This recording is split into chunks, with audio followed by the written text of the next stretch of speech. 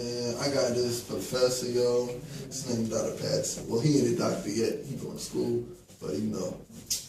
Man, let's read that, man. I fell asleep. You read it? Yeah, I read it. It was good. Yeah. It was like, what you learned? Don't you ain't see it.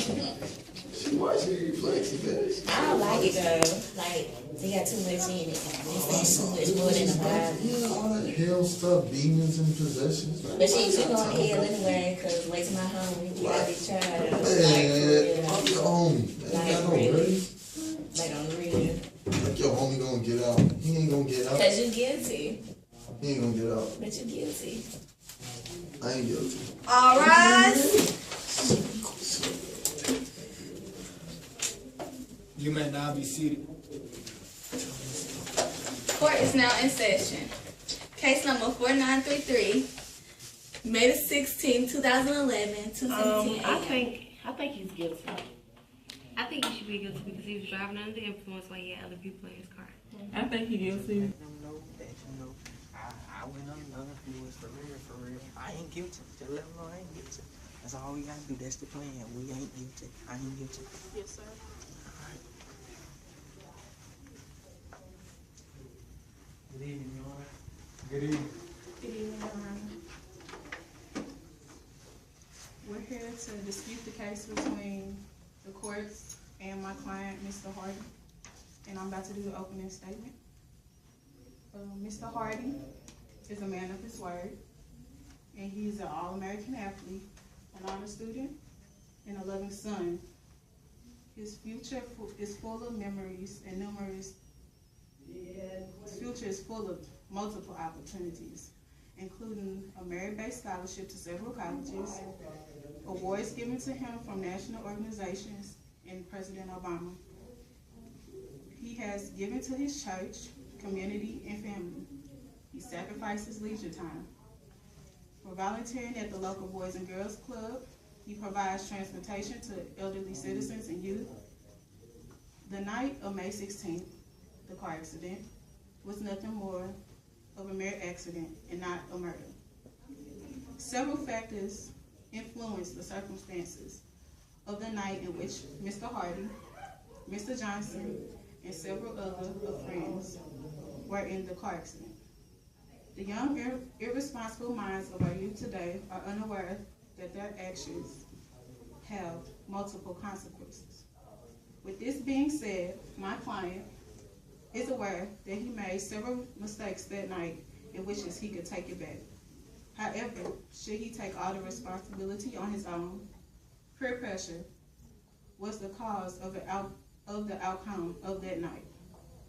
Mr. Johnson invited Denzel to the party and gave him illegal substances and told him to drive him home. So who is the murderer in this case? Mr. Hardy or Mr. Johnson? If Johnson would have not chosen to intoxicate Mr. Hardy, would he still be alive? If Mr. Johnson would have made a responsible choice of not getting in the car, would he still be alive? Is this a homicide or a suicide? Someone needs to be held responsible for their actions. However, I solely believe this burden should not be held by my client. Good morning. This case involves Cantos 12, the violence against our neighbors, in which a drunk driver is being charged with murder. Mr. Hardy, please come to the stand and tell your side of the story.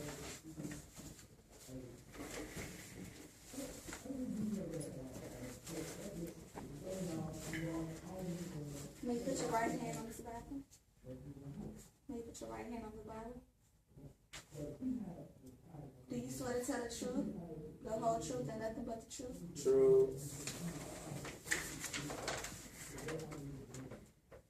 Mr. Hardy, you may now proceed with your story.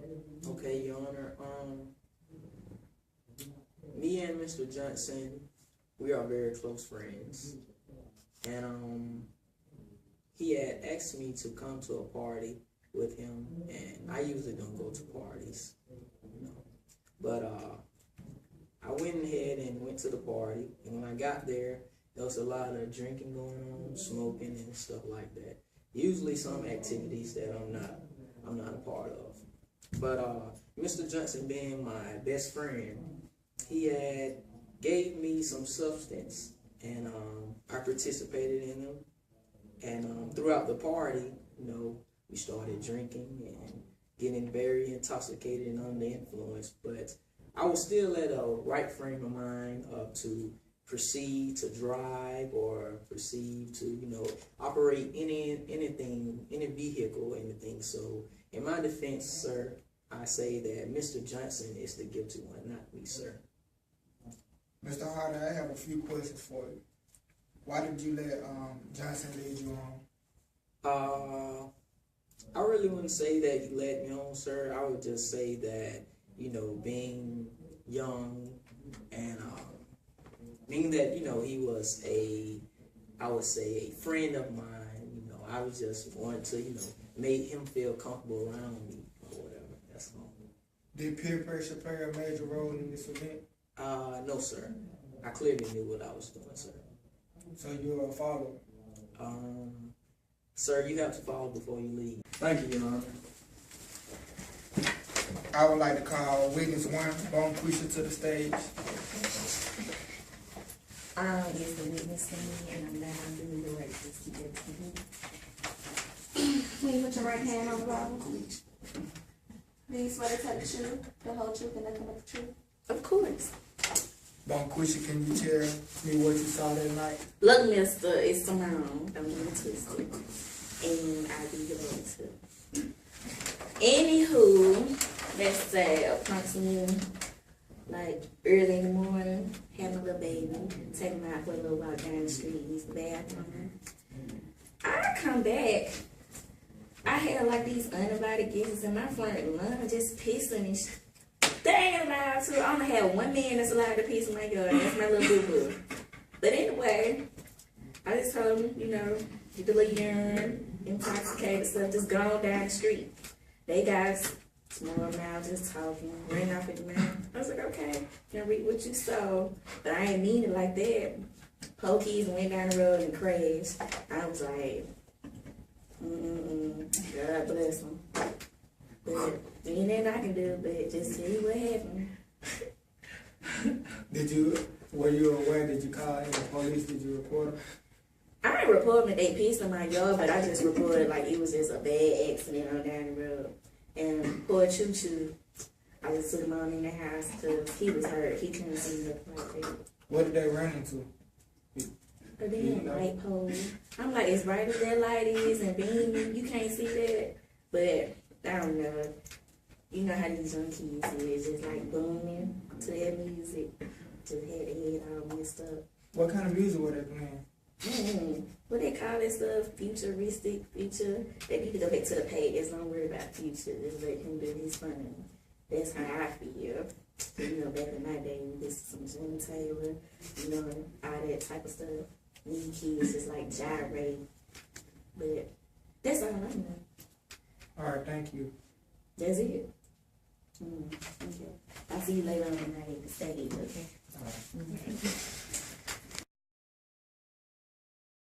All right. Deliberation, we have choose that he is guilty and his punishment is to throw him in the blood boiling.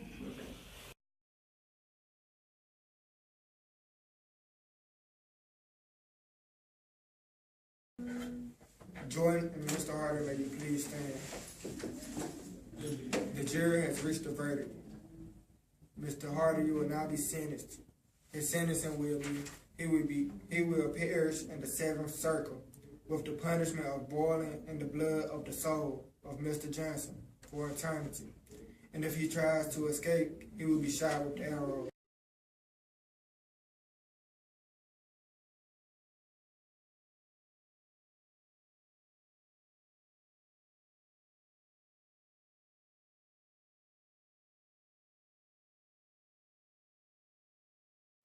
Bad boys, what you want?